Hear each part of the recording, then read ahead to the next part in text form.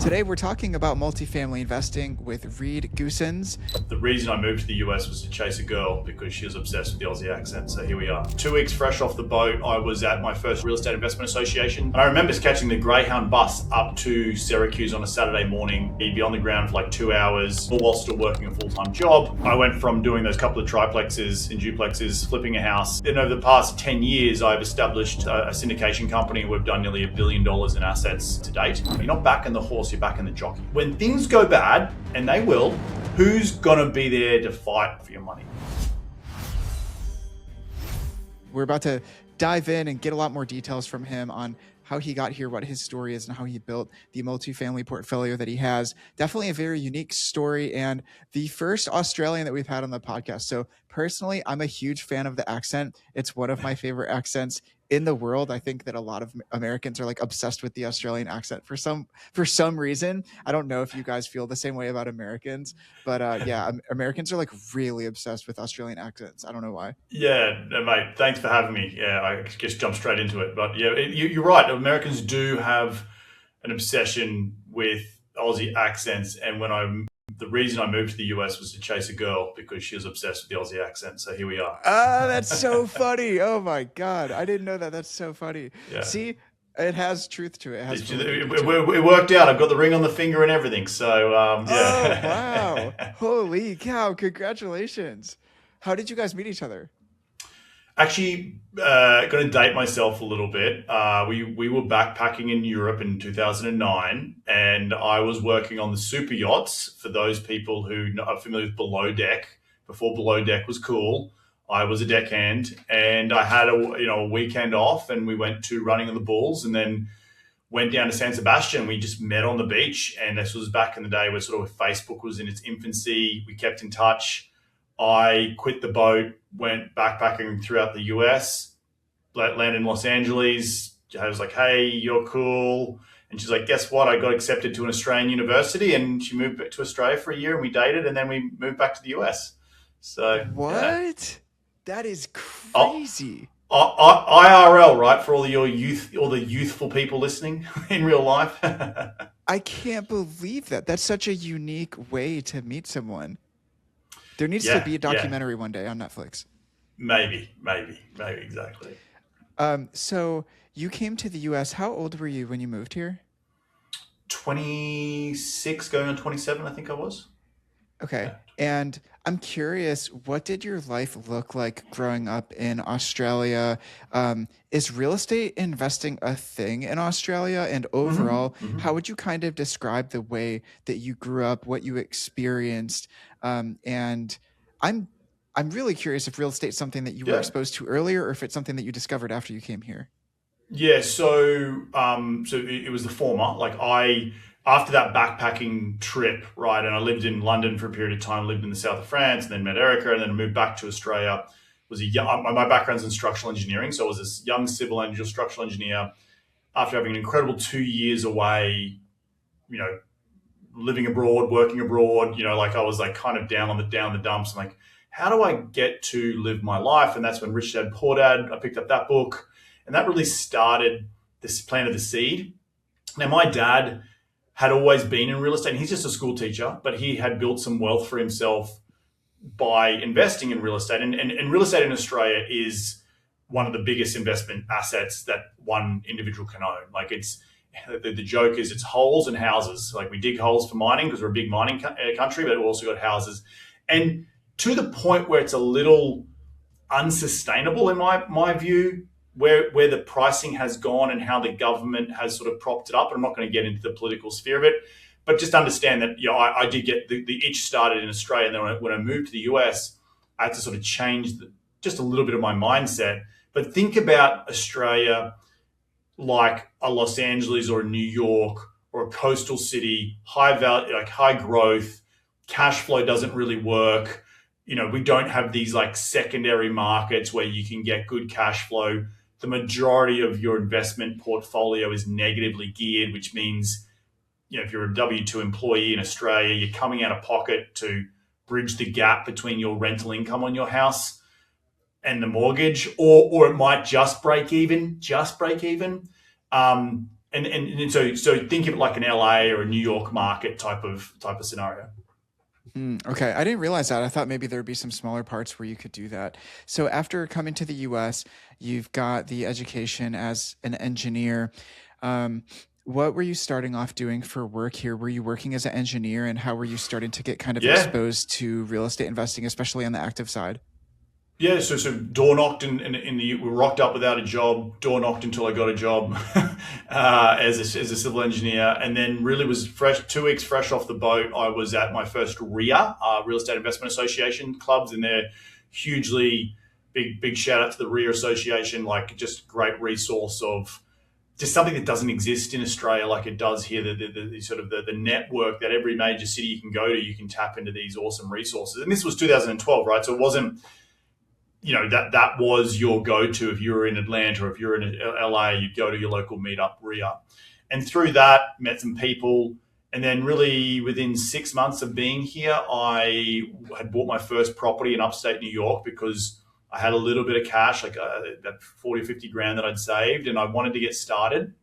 And at that point, I'd been self-educating for over 18 months, and I really just wanted to sink my teeth into it. And, you know, there's a young, bright-eyed, bushy-tailed Australian, finding out pretty quickly what Section 8 housing was all about. So, bought a triplex for $38,000, and then the rest is history, as they say. So You bought a triplex for $38,000 in the US. yep, Syracuse, New York. Yeah, and I'm sure it ain't. I'm sure it's not that much more expensive than what it is today. So again, that doesn't exist in Australia. So your mouth is obviously very open, but it does exist in a lot parts Yeah, of I'm the US. shocked. I can't believe you found a triplex for $38,000. Like a Toyota Camry is $38,000. That's right. That's right. So this was 2012. Sort of just coming out of there, but I could probably look it up right now and see what it's worth on Zillow, and it's probably not worth any more than $60,000 or $70,000. Like it's just, again, you got to think of Class C workforce housing, in a tertiary market. Like there's a lot of tertiary markets around the US where you can go in, probably around Atlanta where you live. Like I could probably drive within an hour and find something similar. So, Not. I don't know. maybe Alabama. Go Alabama. Yeah. Oh, for sure. Yeah. Yeah. Well, I'm thinking about it. Like there is a spot that kind of comes to mind, but you know, honestly, the appreciation is what really drives the returns, though, at least for the Atlanta market, because, if you've barely got a spread between the rental income and the mortgage, it's just not going to do justice compared to the real estate values in Atlanta went up 40% from 2020 to 2023, basically, and then stayed flat since then. And so we really just saw a massive surge in values.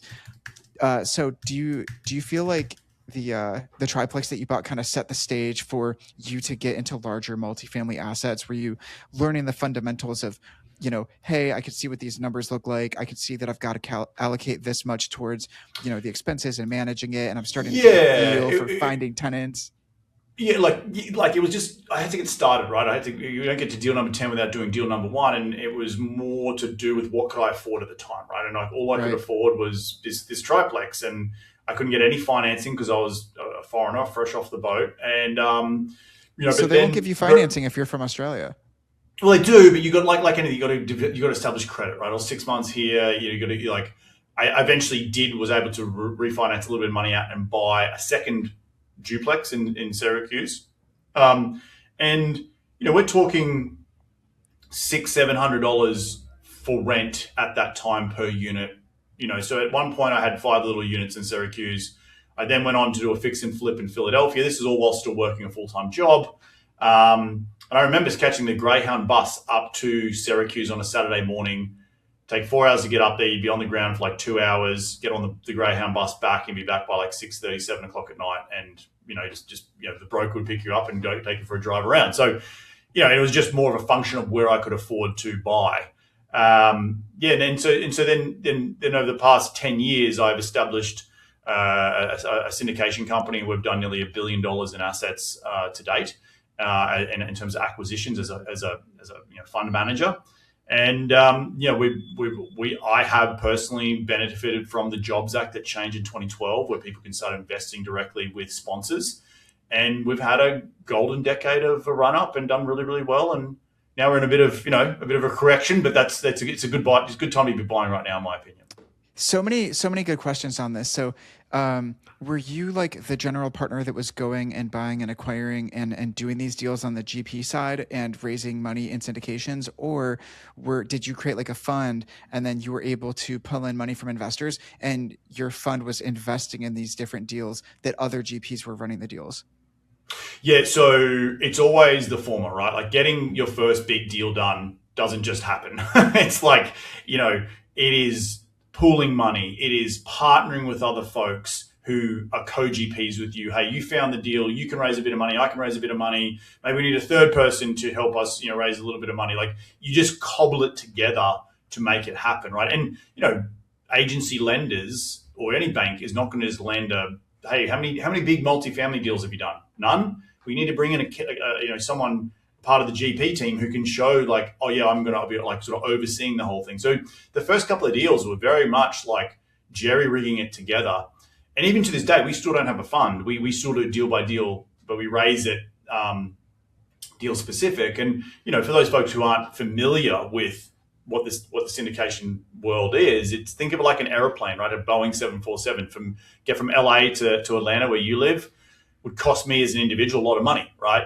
But if I can split up the cost with the other passengers, well, we can all enjoy the in-flight entertainment together. And part of that same analogy is you got the captain and co-pilot who run the deal. You got first class, which is like the general partners, who brought the deal or who's there to sort of help raise some money or who's signing on the loan. Like there's a lot of different spaces to be met, and then everyone else is back and coach, and you can get on board for the cost of a seat, not the cost of the whole plane.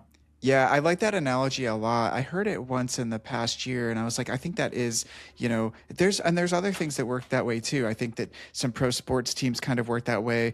Maybe horses, for some reason I'm thinking that when it comes to like the famous horse race thing, it's got like a name and I'm just not remembering in the moment.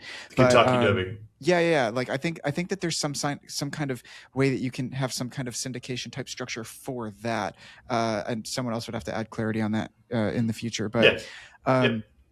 So you had these small multifamily properties. How many of those did you do before you started to scale towards 10, 20, 30, 40 units? Because that definitely is a step up where it goes from, this is really easy to do and manage to, wow, we've really got to turn this into a business. And you got to figure out what lane were you in versus what you had to fill for your partners to kind of fill those gaps. Yeah, so there's a step in between there, and I skipped the 10, 12. I went from doing those couple of triplexes and duplexes, flipping a house in Philly, and then getting involved in a 190 unit syndication deal with my coach at the time. And that was the start of it. And I did a couple of deals with him, syndicating deals, getting that experience, and then branched out on my own. And we've done 30 deals to date, over the past sort of 12 years. Wow. We've sold a few, and our average ticket size is somewhere between like $20 to $25 million per deal, or maybe 30 on some deals. And these are all multifamily deals, and all multi. What markets are they in, or what markets? We're across 7 different MSAs. So I started in San Antonio, Austin, Dallas, Phoenix, Atlanta, Gainesville, Georgia. We're in Greenville, South Carolina, Fayetteville, North Carolina, and we're just about to break into, hopefully, the Space Coast of Florida. As you guys are in all of these different markets, how challenging has it been to kind of put together a team in these different markets, whether it's local property management, local contractors, and even simply having eyes on the property, just things that people wouldn't normally think about, just seeing certain things kind of falling apart or certain things that have to be taken care of. How do you manage that part of it? Because I would imagine that's got to be pretty challenging. Well, like for a single family, and you also got to think about scale. Like they're buying these bigger assets so they can afford to have full-time staff on site 6 days a week. So usually its rule of thumb is one person for every 40 units. So if I have a 150 unit property, I'm probably looking at around 4 people. Probably 2 people on the leasing side, 2 people on the property the maintenance side, and that's overseen by a property management company that's usually local, and then we oversee them, which is the asset management. We have weekly calls with them for every single deal we have.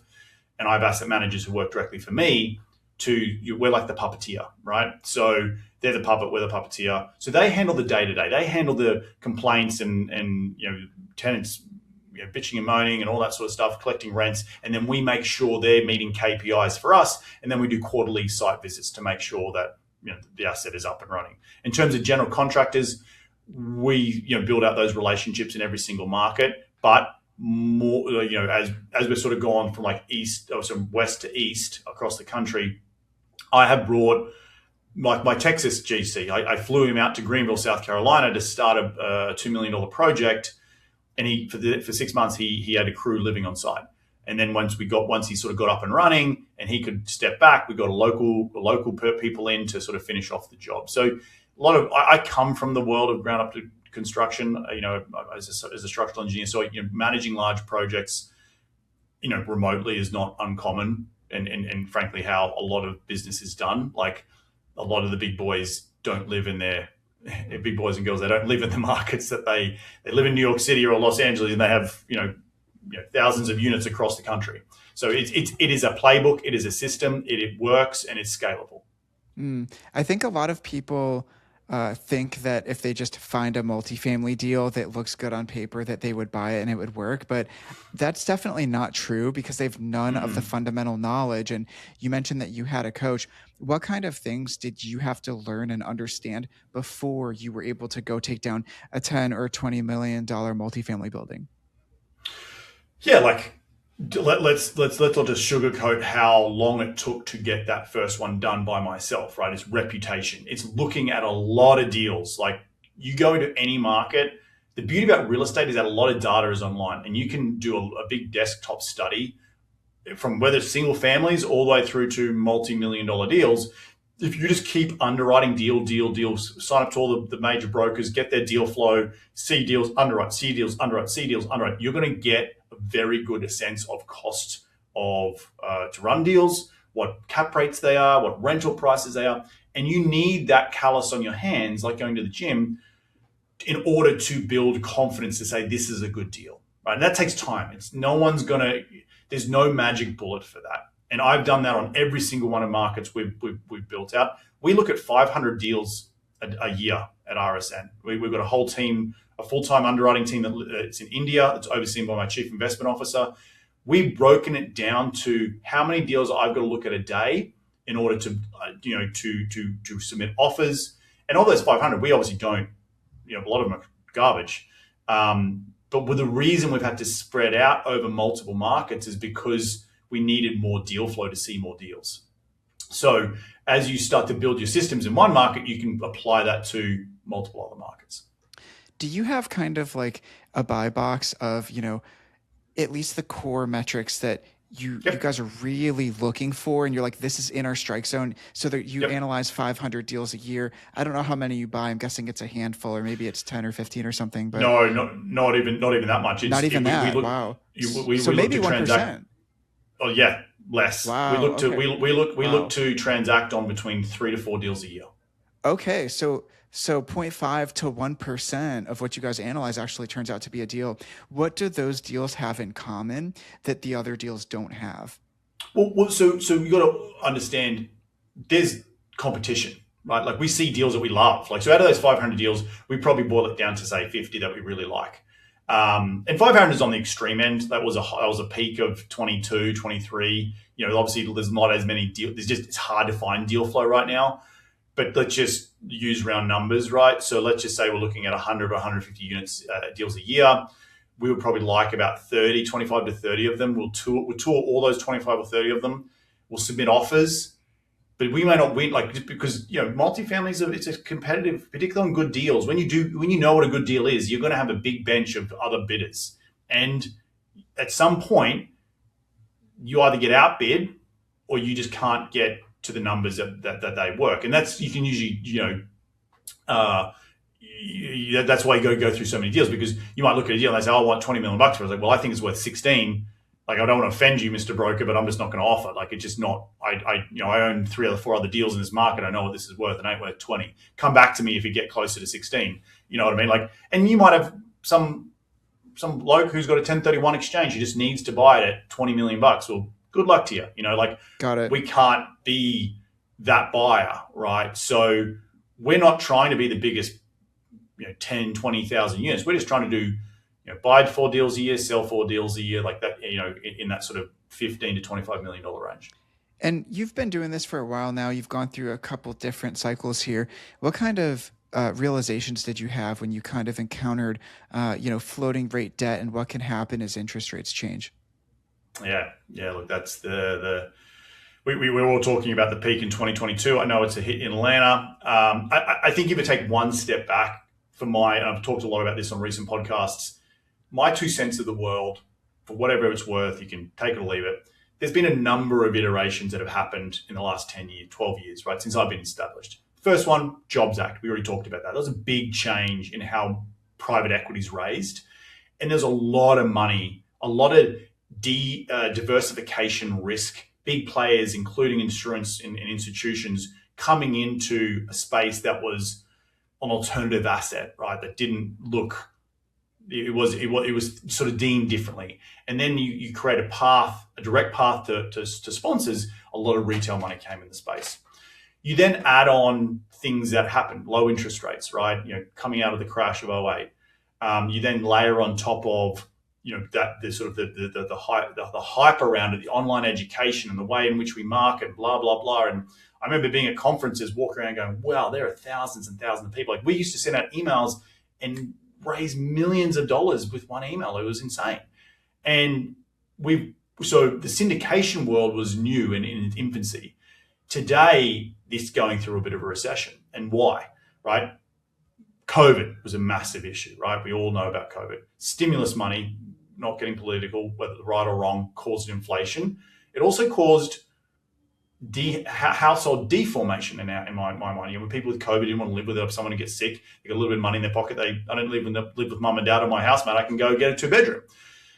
Then we've got interest rates going to the, to quote unquote to the moon, but really, really quickly changing from near zero to where we're at today. That has a massive shock on the system. Asset prices fall. Again, there's inflationary issues, and then you've got the sort of extend and pretend that lessons learned from 2008.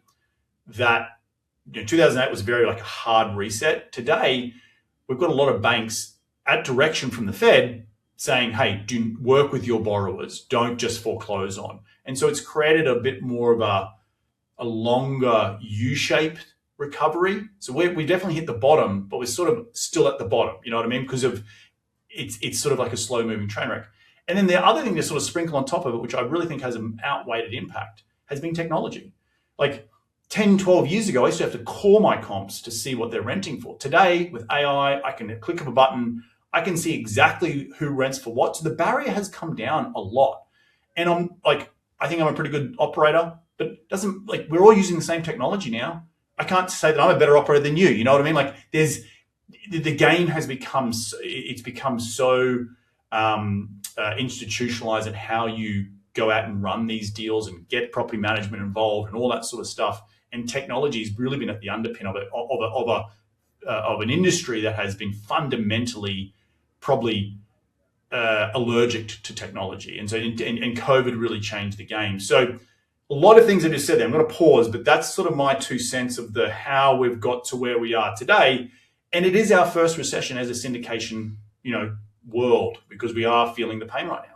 This episode is brought to you by Easy Street Capital, the lender built by investors for investors. Whether you're flipping, building a rental portfolio, or executing a ground-up construction project, Easy Street has 3 nationwide loan programs designed to close fast with no surprises. We're talking 24-hour closings, upfront terms, and in-house servicing from start to finish. If you're ready to fund your next deal, go to easystreetcap.com/launch REI to get started, or you can grab the link in the show notes.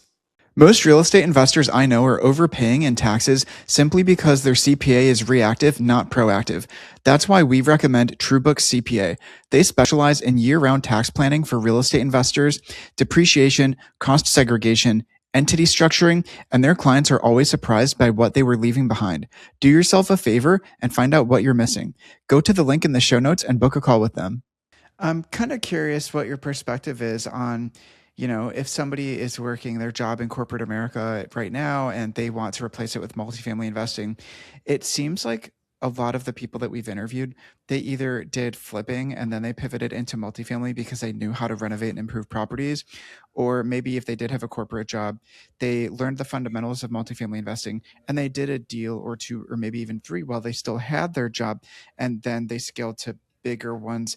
At what level can someone be pretty safe that the profit that's left over after all the expenses and all the things you have to allocate for, that, if you have about this many units or this many buildings at this It, de- size. I it, mean, de- it it depends on lifestyle too, right? So I Yeah, don't it know. I'm just depends on curious if there's like lifestyle. a range of. Yeah, like if you want to do it by yourself, right? It's a lot lower than if you've got a team of 10 people, like I do. So, That's a really good point. That doesn't get talked about. Nobody ever talks about that. People don't talk yeah, about that. They don't. They act like it's like a one man show, and most of the time it's not, right? Like this pie no. gets divvied up between either other GPs or capital partners or in syndications, the LPs. So this Hmm. actually is something. And I would love to hear your perspective on these Sure. sorts of things of how do you approach partnerships and raising capital and syndications and Yeah. how do you make sure Like, it's still worth it for you? and it's a good question, right? It's in the eye of the beholder. And I know a lot of people who do small multifamily, and I'm talking not small resi like sub 4 units, you can still be profitable there. But guys and girls who are out buying, 10 to 30 units in a market that they really like, they can raise a little bit of money from friends and family and they build up a little bit of scale and they can do that sort of maybe alongside of a day job, right? I know plenty of people who do that and they just stay in that lane. And the thing with humans is that we always want to do just a little bit more and we're going to always push the needle. So I think the biggest thing as an entrepreneur, talking to the other entrepreneurs listening, is like you've got to find where your sweet spot is. And I have built a beast. Now I've got to feed that beast. You know what I mean? Like, could I turn it all off tomorrow? Sure, and be just fine. But it really depends on what you want out of the thing that you're trying to get out of. Like, if it's get out of a W-2, it might be 100 units. It might be 50 units. I don't know. It might be 120 unit property. It could be whatever your circumstances allow. But then when you start to bring on employees, it's, because you got to feed those mouths. Or then you got to do some more deals and bigger deals. So it's all in the eye of the beholder. And yeah, starting a syndication company is tough, right? And we can talk honesty about it. Like, you have really two businesses with the syndication, private equity company. You've got to find deals in a difficult environment, what it is today, and you've got to raise money. They're two separate businesses in themselves, right? And if you don't have the equity, you don't have the deals. So it can all look good on paper, but when the merry-go-round stops, it's like you got to really understand what's my sustainability in what I'm doing, right? And how do I generate recurring revenue so I can keep the lights on without having to always be forced to do deals. And that's, as a sponsor, that's what I'm constantly grappling with. We recently had a guest who is very, very well versed in seller financing, and that is their thing just as much as multifamily is yours. And I had a thought as I was talking to them, and I was like, would it make sense? And I don't know, I'm asking, would it make sense? Someone like her, someone like you, that, she's really, really good with seller financing, knows her stuff. You might know a lot about seller financing, you know, is that opportunity there in multifamily the way that it is with so many residential deals? Because is there a way that you can get those earlier mortgage rates that were so attractive instead of having to you know even if some of it could be, I don't know, could you kind of share your Yeah, thoughts or yeah. any Look, so knowledge you have on so that? yeah, yes and no, right? Like in the game, so I own nearly 5,000 units, right? My average unit size is 100. I'm just going to make up. I don't even know. Probably 150 units, right? At a certain size of units, I'm a pretty savvy owner, right? Someone who's going to yellow letter me and say, "Hey, man, can I get a seller carry finance?" Is like, no, I'm not going to. I'm going to go back to the broker who gave me my first shot. He's going to sell this for me. I'm going to get the most amount of money for it, right? Like, now that's in a certain bracket of deals. I think yes, seller financing does exist in another certain bracket. I'm not saying it doesn't exist in big deals, but as you get bigger, like 80, 90, 100, 150, 200, you're just going to have a more sophisticated owner.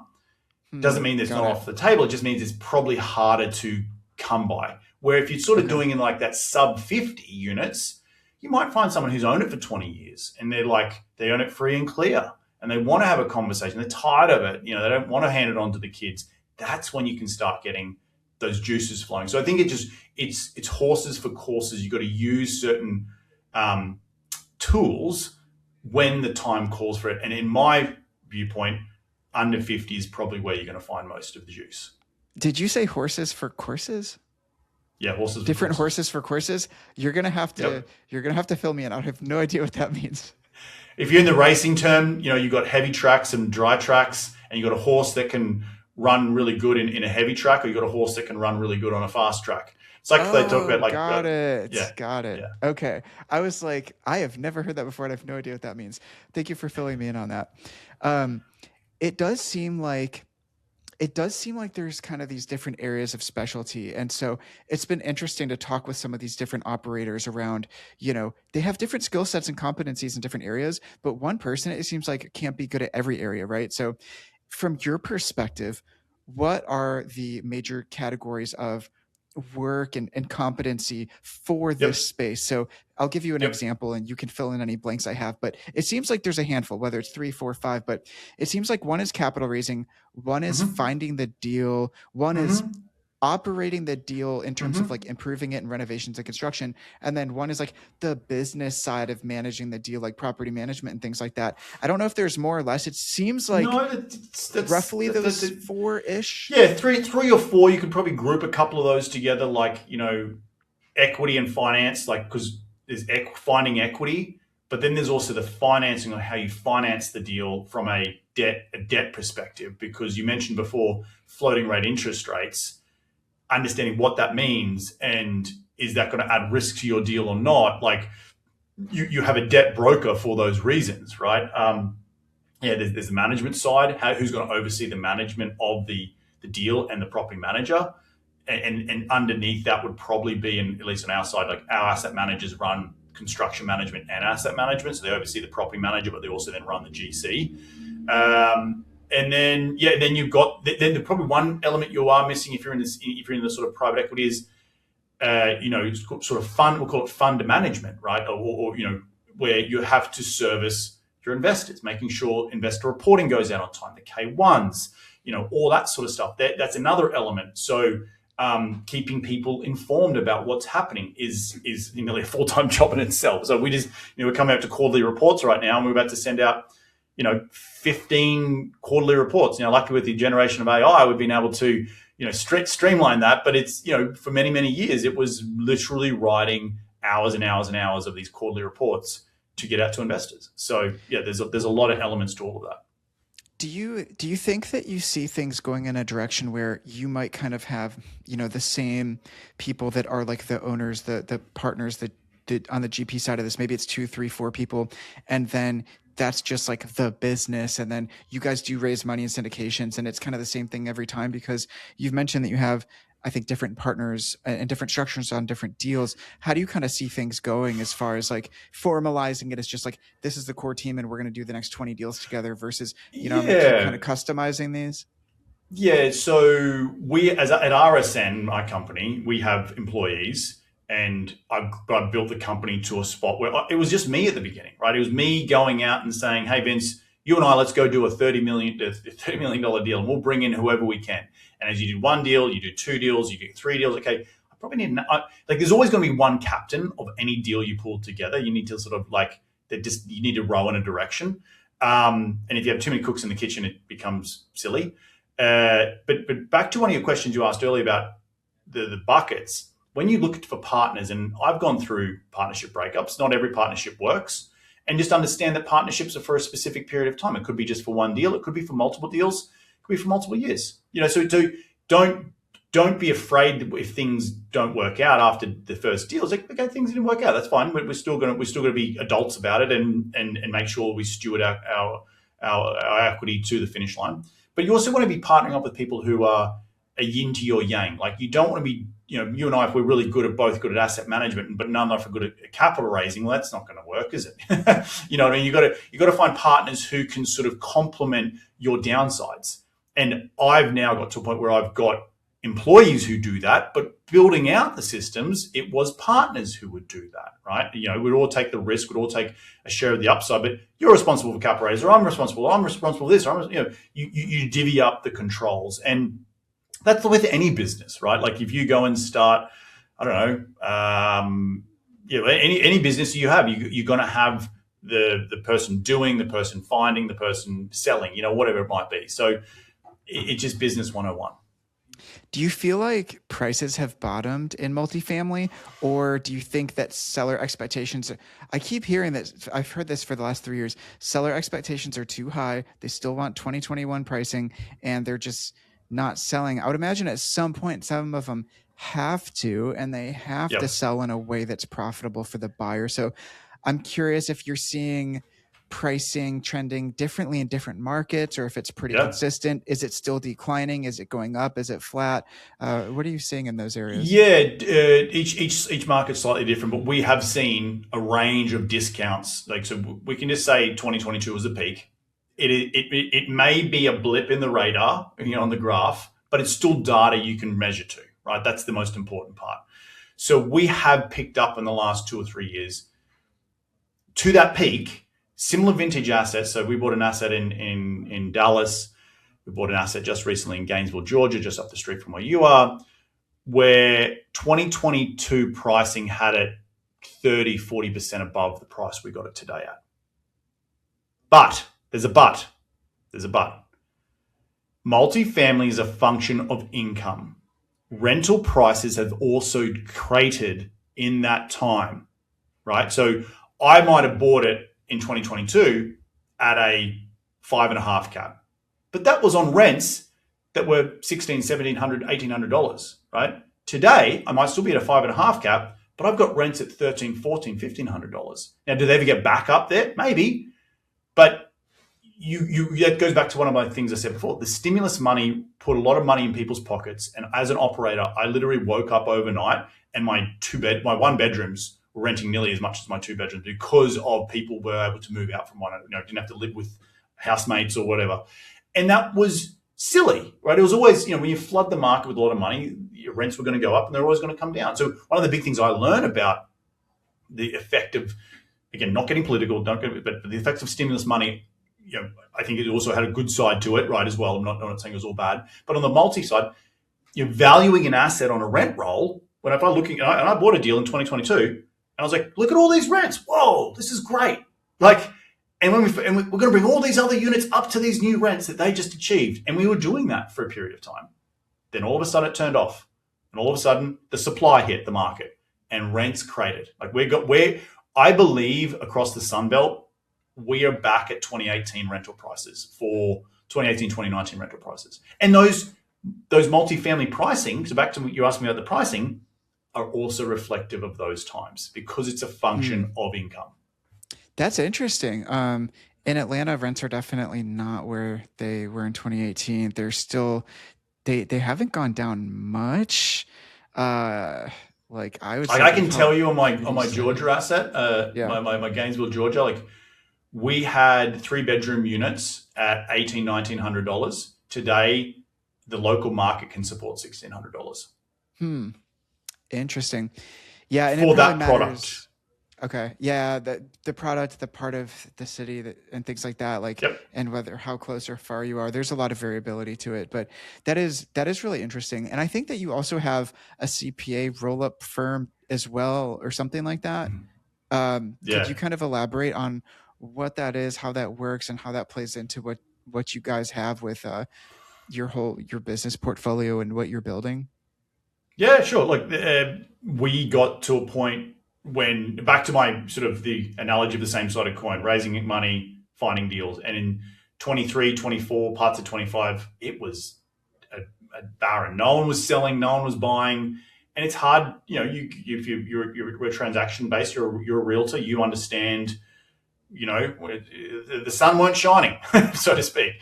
So we were looking at other things to do, right? We built up a very good equity raising platform. How do we keep investors engaged? And we looked at debt funds, we looked at pref funds.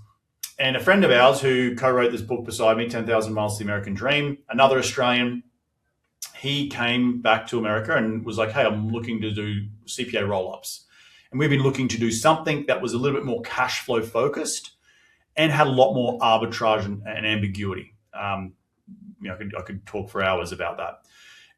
But why CPAs? Well, we're in the financial services business. We raise money from investors. Investors trust us with their money. And maybe there's, with all the legal caveats applied, but there's not just the awesome arbitrage that we can go and pool investment firms together and sell it to a larger private equity firm. Maybe there's a cross sell with my real estate company. There's an ecosystem there, right? So ecosystems of businesses are very important when they can feed one another. And we've found it very tough to find retail investors right now by having these firms that are very good cash flowing firms that are multi-decades, that also have multi-decade relationships, because CPAs are at the epicenter of relationships, right? Like think about your CPA, think about my CPA, like they're very sticky, and they also are potentially, advice on how to structure your taxes better. Potentially could be advisory work or estate planning. So there's a lot of there's a lot of cross-selling that happens within CPA firms. And then, tax advice, right? What are you going to do if you've got a big tax gain? Well, what's really good for a tax shelter? Real estate. So there is a whole idea around synergy there, and really also the graduation of me as a sponsor moving out of an asset class that I love and I will never not be in real estate, but having another leg to the stool that I'm not so heavily reliant upon when it does slow down.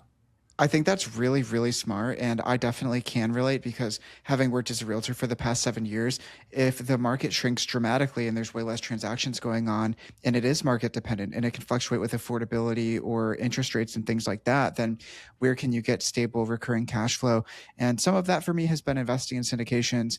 And so, I think that it was a really interesting thing that you said that I hope people pick up on, which is we looked at what we were good at that we were already doing that could apply to other areas. So you already had, a capital raising platform. You had developed skills by being a multifamily investor and operating all of those buildings and all the relationships you had built.